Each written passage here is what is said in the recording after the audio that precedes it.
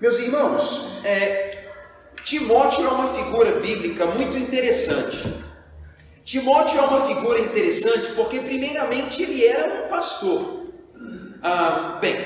Nada parecido com hoje, né, essa ideia de um cara que tem um título que ele dá para si mesmo, mas ele era uma pessoa muito reconhecida e aceita naqueles dias, tanto que Paulo diz, esse homem, ele vai ter um papel de liderança na igreja. Timóteo é companheiro de Paulo em muitas viagens. Quando você lê a Bíblia, você vai ver em algumas cartas de Paulo que o texto fala no plural. Nós fomos, nós escrevemos, nós exortamos. E você se pergunta, quem são esses nós? Porque a impressão que a gente tem é que Paulo era um cavaleiro solitário, um típico super-homem que faz tudo sozinho, que ele era um cara sozinho. Bem, é bobagem, irmãos. Ninguém bom demais anda sozinho, né? Porque ninguém vive na sua melhor versão sozinho. E Paulo é uma figura interessante porque ele estava sempre acompanhado de Lucas, de Silas, que também chamaram de Silvano, ou mesmo de Timóteo, que era um companheiro muito leal, e ainda há outros, mas esses são as figuras mais próximas. Então imagine comigo, Timóteo, ele recebeu 2 cartas bíblicas, ele é um pastor na igreja ou nas igrejas, ele é companheiro de Paulo, ele é companheiro de jornada. Mas as perguntas que nós fazemos o que mais nós podemos saber sobre esse homem? Eu queria começar com vocês hoje, só falando um pouquinho sobre esse Timóteo e qual a importância dele. Nas semanas seguintes nós vamos ler essas cartas, e eu queria antecipar para vocês uma coisa, irmãos. Paulo escreveu muitas cartas. Só no Novo Testamento, das 27, 13 são claramente dele. Talvez Hebreus, sim ou não, se a carta aos Hebreus for de Paulo, significa então que são 14. Mas veja, metade dos livros do Novo Testamento são de Paulo. E Paulo escreveu em ocasiões diferentes. Mas nenhuma das cartas de Paulo é tão carinhosa, tão pessoal, tão amorosa quanto as cartas a Timóteo. Se você um dia já leu, você deve ter percebido que quando Paulo escreve para Timóteo, ele está numa época muito diferente da vida, porque é mais no fim da sua vida, e Paulo escreve como quem desabafa com um amigo. A primeira carta foi escrita talvez uns 3 anos da morte de Paulo, e a segunda carta foi escrita muito próximo da sua morte. E a segunda carta, então, é uma carta altamente emocional. Paulo falando, me lembro de você, tenho saudade. É como alguém que assim olha para trás e pensa, nossa, eu vivi coisas especiais e Timóteo estava sempre lá comigo. Então, irmãos, quando nós falamos da carta a Timóteo, nós estamos falando de alguém muito, muito próximo do apóstolo, alguém que teve uma grande relevância. Antes de dar seguimento no texto, eu falei algo e eu preciso repetir, irmãos. Nós precisamos reconhecer, ninguém que quer fazer uma jornada bem-sucedida deve fazê-la sozinho. Comecei com esse ponto de vista. Aquele que bate, a porta abre, o que pede recebe, e é o que João escreve na sua carta. Quando você orar, ore confiando de que vai receber, se é da vontade de Deus, né? E de fato, irmãos, nenhuma oração nossa, ela deveria ser uma oração sem fé e sem confiança.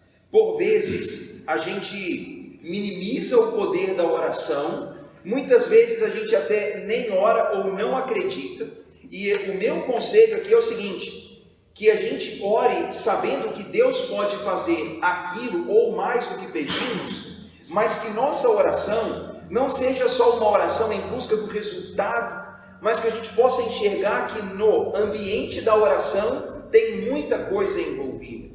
Por quê? Se a gente não perceber a beleza e a experiência que está na oração, a gente vai frustrar quando o resultado não vier. Porque é o que muita gente às vezes fala para a gente, eu orei por 5, 10, 15, 20 anos por algo e Deus não me ouviu. Bem, a pessoa entre linhas está dizendo, Deus não fez o que eu queria. Logo então, Deus não fez o que eu pedi. E a pessoa até para de orar, entende? Por quê? É aquela oração pensando, eu oro por aquele resultado. Só que se aquele resultado não vem, a pessoa até desiste da prática da oração.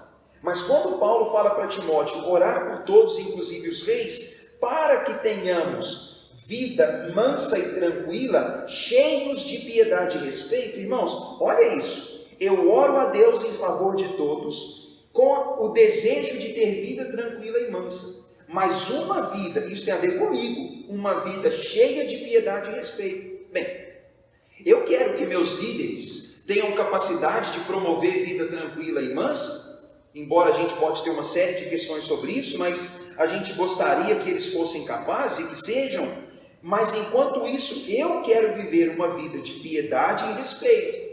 Vida de piedade é vida santa, com respeito pelo que é sagrado, e uma vida cheia de respeito. Respeito a Deus e respeito também ao próximo. Quando Paulo fala, Timóteo, ore pelos reis, é uma maneira de dizer, orar por eles vai fazer com que você tenha respeito por eles. Irmãos, isso bastante necessário para nós. Paulo chega então no versículo 3 e diz, isto, ou seja, orar, se envolver e desejar o bem de todos os homens, isto é bom, é aceitável diante de Deus, aquele que nos salva. Porque Paulo agora explica, porque ele deseja que todos os homens sejam salvos e que todos cheguem ao pleno conhecimento da verdade. Olha como que Paulo agora ele vai dizer o seguinte, eu quero que você ore por todos, que você se envolva com todos, que você possa crescer na piedade e no respeito, porque isto é agradável perante Deus, porque Deus, ele deseja que todos os homens sejam salvos e cheguem ao pleno conhecimento da verdade. Na ótica de Paulo, irmãos, é interessante que Paulo tem clareza o tempo todo de que o interesse de Deus é que todos os homens conheçam. É evidente que o mesmo Paulo que fala que o desejo de Deus é que todos sejam salvos, é o mesmo Paulo que fala que sabe que nem todos serão salvos. Mas ele vai dizer, o desejo de Deus é esse, a obra de Deus é essa. Se a obra de Deus não fosse para que todos conhecessem, Deus não mandaria os seus servos para todo o mundo. Deus está dizendo, todos vão ouvir, todos vão ter a oportunidade. O desejo de Deus é que todos tenham esse privilégio. É o desejo de Deus, né? Que não faz distinção entre pessoas. Bem, uma coisa é um fato, irmãos. A intenção é que todos tenham esse privilégio, mas infelizmente nem todos terão. Só que como é uma tarefa muito sem fruto, sabe, tentar detectar quem sim, quem não, o Evangelho é pregado a toda criatura e assim aqueles que ouvem e creem são salvos conforme o critério de Deus. Mas olha como que Paulo diz, Timóteo, ore por todos os homens, meu irmão. Deus quer que todos sejam salvos. E Timóteo diria, mas Paulo, você acha que Deus quer que Nero seja salvo? Aquele que na literatura do Novo Testamento é tratado como o anticristo. Ele é assim, simbolicamente o 666, né? O mal, o inimigo de Deus e da causa de Deus. Você acha que Deus quer que ele seja salvo? A resposta óbvia é sim, claro. A intenção é que todo pecador tenha oportunidade de chegar ao conhecimento da verdade e ser salvo.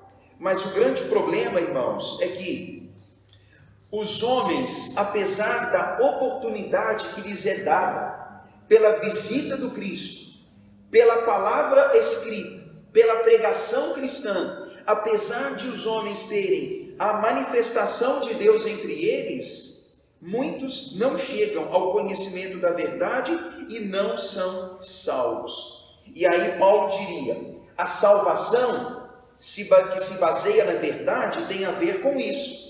A mensagem de que há um só Deus, um só intermediário entre Deus e os homens, que é Cristo, aquele Jesus que é homem, o qual se deu em resgate por todos. Este é um testemunho que se deve prestar em todos os momentos. Olha como que a ótica é essa, bem, o homem que chega ao conhecimento da verdade e é salvo, é o homem que tem a compreensão de que só existe um Deus e um só mediador entre Deus e os homens. Irmãos, Fale isso para uma cultura idólatra. Fale isso para uma cultura pagã. Fale isso para um cenário de mundo onde você tem uma infinidade de deuses. E, por exemplo, o Império Romano que predominava naquela época, ele era um império que cresceu muito em alguma medida, porque ao invés de alguns impérios que chegavam e queriam destruir os deuses dos outros para implantar o seu único Deus, o Império Romano não era assim. O Império Romano, ele tinha os seus deuses, dentre os quais o próprio imperador era Deus. Mas ele chegava no Brasil e falava: qual que é o Deus do Brasil? Beleza, tá ótimo, mais um Deus para o nosso panteão de deuses. Aí chega ali e fala: oh, tem outro Deus? Tá, beleza. Pode levantar a estátua, pode falar: nós acolhemos todos. Ou seja, o Império Romano cresceu em uma mentalidade de idolatria, de não aniquilação, não aniquilamento, sei lá a palavra, dos outros deuses, mas no sentido de incorporar. Aí imagine, a época do Império Romano é uma época de profunda idolatria. Se você tirar o judaísmo e o cristianismo, que tinham a mentalidade de um único Deus, o restante do mundo, irmãos, é idólatra. Se você tirar o judeu e o cristão que crê em um único Deus, o contexto dali adiante é de completa idolatria. Mas aí Paulo vai dizer, a mensagem da salvação, Cristo disse isso em João 17,3, é que há um só Deus e só um mediador entre Deus e os homens, que é Cristo Jesus, o homem. Irmãos, essa ideia é exclusivista. Aí o fulano fala: mas e se eu orar para que fulano interceda por mim? Você fala: meu, você está lascado, cara, não dá não. Ah, mas e se eu pedir para aquele lá em quem confio, para o meu santinho tal, ou para o fulano de tal? Ah, os escritores bíblicos diriam: não adianta, rapaz, está errado. O homem, irmãos, ele pode clamar quem quer, ele pode fazer o que quiser, ele pode dar chilique, sapatear e falar: ah, mas eu acredito, eu penso. Bem, não adianta nada. Cristo disse, lá em João 17,3, existe um Deus e a salvação se baseia em crer no Deus Pai e no Filho a quem enviou. Você vai em Atos 4, Pedro e João falaram: olha, não há nenhum nome entre a humanidade que você clamaria que seria capaz de te salvar. E Paulo agora, anos depois, ele vai falar a mesma coisa. O conhecimento essencial para a salvação é aquele conhecimento que te coloca perante o Deus Pai por meio do seu Filho, que é o único capaz. Seria como dizer, se você quer chegar no ambiente onde o Pai está, você precisa passar pela porta. E Cristo tem essa porta. Bem, esse, irmãos, é o projeto de Deus. Cristo, ele se deu em resgate por toda a humanidade. Nesse ponto, irmãos, a gente lembra que toda a Bíblia fala isso. Olha, o problema do pecado, o problema da rebelião humana é um problema cósmico, problema assim, de âmbito universal. Quando a gente olha para o mundo hoje, a gente geralmente fala assim de Jesus salvando, redimindo. A gente às vezes fala sobre o homem. Mas veja, Paulo falou para os romanos que a criação inteira geme, suporta angústias, esperando a resolução de todo o problema que trouxe essa enfermidade para a criação inteira. O evento de Gênesis, que foi o fracasso da humanidade, foi um evento que afetou o homem, mas a criação e o mundo como um todo. E a salvação que Cristo traz é uma salvação que alcança tudo, toda a criação. Tanto que, neste exato momento, eu não vejo a criação sendo redimida, mas a promessa bíblica é que no dia em que Deus tem em mente que Cristo voltará, onde tudo será feito novo, novo céu e nova terra e novas criaturas surgirão. É interessante que vai dizer que o corpo humano, corruptível e imortal, será incorruptível e imortal, ou seja, o homem será novo. Mas João viu que a criação é nova, porque a redenção de Deus, a salvação de Deus, ela é uma salvação cósmica nesse sentido, que tem a ver com tudo. Bem, veja aqui, irmãos, o objetivo de Paulo é: ore por todos, porque Deus tem um amor por todos. Deus tem um mesmo desejo por todos. Ele se deu em resgate por todos, e é um testemunho que se deve prestar para todos. Esse é o plano. A pergunta que volta é: será que todos conhecerão? Será que todos serão salvos? A resposta é não. Mas em nenhum momento a gente deveria pensar que o que Deus faz não é para todos, porque a ótica bíblica é clara nesse ponto. Então, irmãos, pensem comigo. Paulo diz: foi para isso que eu fui designado pregador e enviado. Eu não minto quando digo isso. Fui chamado como mestre dos povos na fé e na verdade. Irmãos, veja a ênfase de Paulo em dizer mestre dos gentios. É uma maneira de dizer assim: olha, Deus tem uma intenção para os povos. Falar de gentios significa falar sobre as nações de uma maneira geral. Naquele tempo, imagine assim, o judeu ele tinha um pensamento exclusivo. Deus tem interesse por mim, Deus se manifesta para mim, Deus salva a mim. Mas aí quando Deus fala: Paulo, não, cara, eu quero que você vá para todos os povos. Deus está testemunhando aqui um interesse para outros povos. É uma maneira de dizer: Deus está alcançando ou trabalhando para que todos ouçam, para que todos ouçam. E quando Paulo diz: eu fui feito um pregador, um enviado para as nações, isto então revela um plano de Deus, que é um plano grande, um plano bastante geral. Irmãos, veja essa palavra. É uma palavra que fala sobre Deus com um plano e nós fazendo parte desse plano.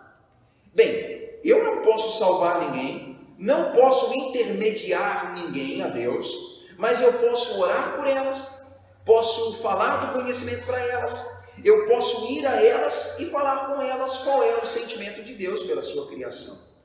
Eu posso me envolver tendo piedade e respeito a Deus e também aos homens. É bom e agradável aos olhos de Deus, irmãos, que nós nos envolvamos com sua criação. E eu repito, imagine essa palavra em um contexto idólatra, em um contexto revoltoso.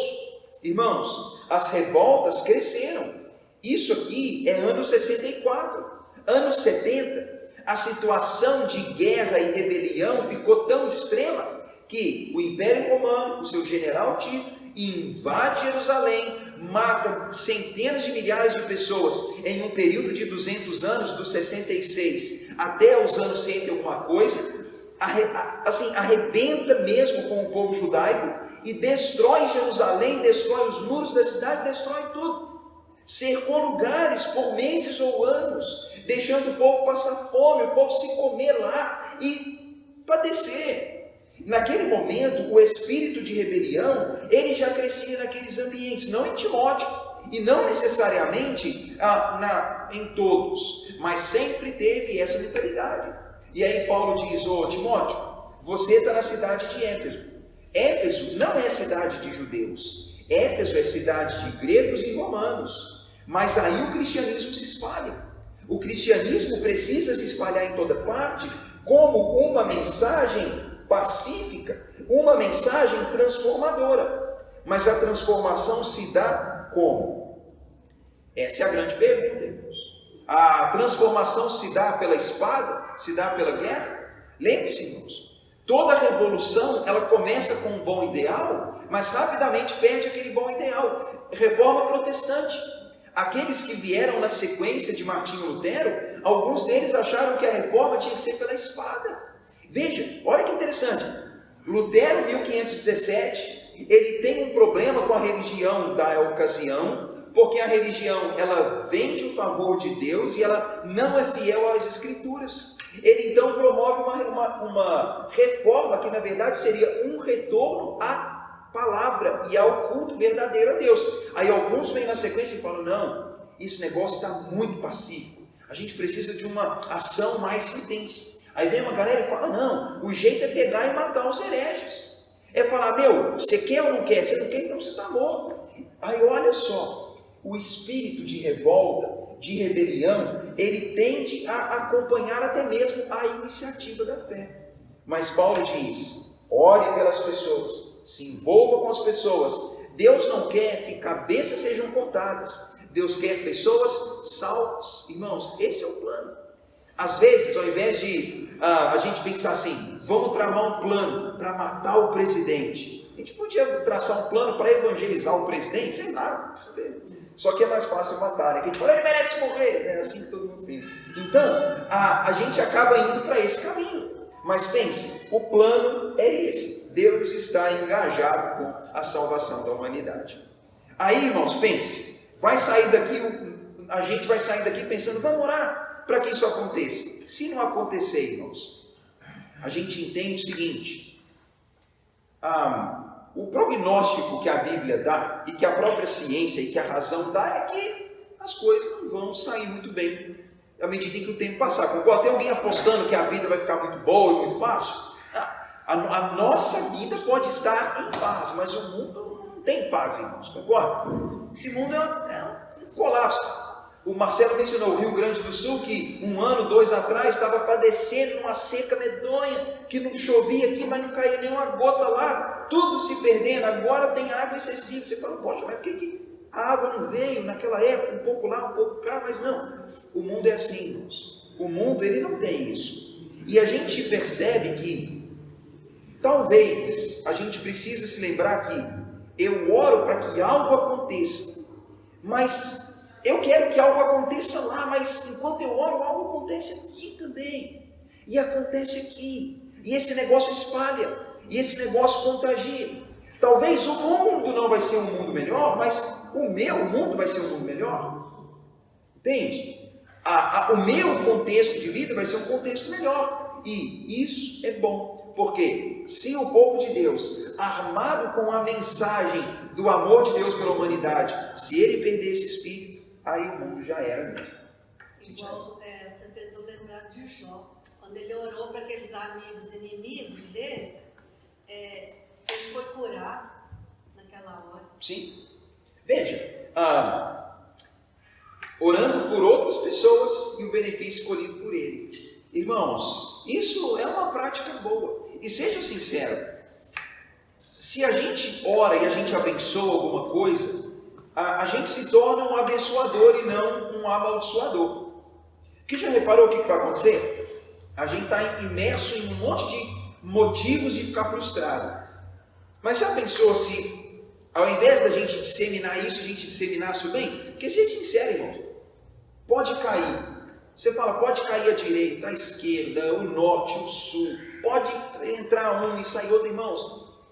Isso não vai jamais mudar o país, sabe? A verdade é que os governos se alternam, as ideologias se alternam, às vezes até a própria religião. Irmãos, lembra? Quando a religião predominava no mundo, era chamado de Idade das Trevas.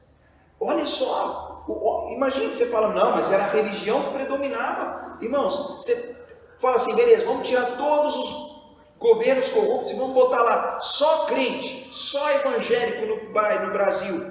Eles não estão corrompendo a própria igreja local. Bota lá os pastores, eles que estão devorando o rebanho, vão devorar o país.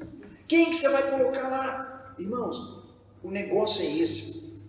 Tem a ver com a gente mesmo, concorda? Tem a ver com a gente. E eu acho que isso é porque Paulo deu essa ênfase ao rei. Porque nunca foi preciso falar para a igreja, evangelizar o leproso, ou o órfão e a viúva, porque historicamente o cristianismo, os próprios historiadores falavam que não entendiam essa atração estranha que esses tais cristãos tinham pelos pobres e viúvas. Porque o cristianismo sempre avançou nesses ambientes. Mas o cristianismo, irmãos, precisa avançar também para outros níveis, concorda? Só que qual é a nossa decepção? Às vezes, aqueles homens que alcançam aqueles níveis, às vezes não têm aquele coração sensível para o Evangelho, concorda? Às vezes, eles se perdem naquele, sei lá, naquela droga perigosa do poder, do dinheiro e da influência. Eles chegam lá com a mente pervertida. E ao invés de chegar lá e falar assim, opa, estou aqui para fazer uma diferença. Às vezes o cara está ali pensando, estou aqui para estabelecer minha liderança, para levar alguma vantagem. E é engraçado é que quando alguém evangeliza o pobre nada lhe dá. Ele não tem nada para te dar. Mas é quando você vai evangelizar um poderoso, você logo pensa num cargo, ou em uma contrapartida, ou em um privilégio. Acaba que isso afeta a evangelização em alguns níveis. Que é decepcionante, não é, irmão? Porque você fala, mas não tem uns pastores lá? Você fala, pô, será que esse cara está lá só querendo esse fruto? Ah, bem, talvez tenha. E deve, irmão, não talvez. Com certeza tem. Deve ter, sei lá, um deputado. Mas, irmãos, imagine, deve ter faxineiro, dono de, sei lá, lavador de carro. Gente em todo segmento infiltrado. E um testemunho que posso dar é que, por exemplo, a gente tem o Daniel, nosso irmão aqui da igreja, que é pastor em Brasília. Ele fala, Tiago, Brasília é um lugar assim que parece um carrossel, né? O povo roda lá, né? É um entra e sai de gente, que vem gente daqui e fica lá numa missão por tantos meses e muitos concursados públicos vão para lá, de lá vão para todo lugar, mas é um lugar que tem muita manifestação religiosa, mas tem muita gente de Deus lá. Gente que chega de outras partes, se converte ali, grandes igrejas ali, pessoas infiltradas. Que eles, irmãos, façam uma diferença lá, como façam aqui também na nossa prefeitura e em todo segmento, né?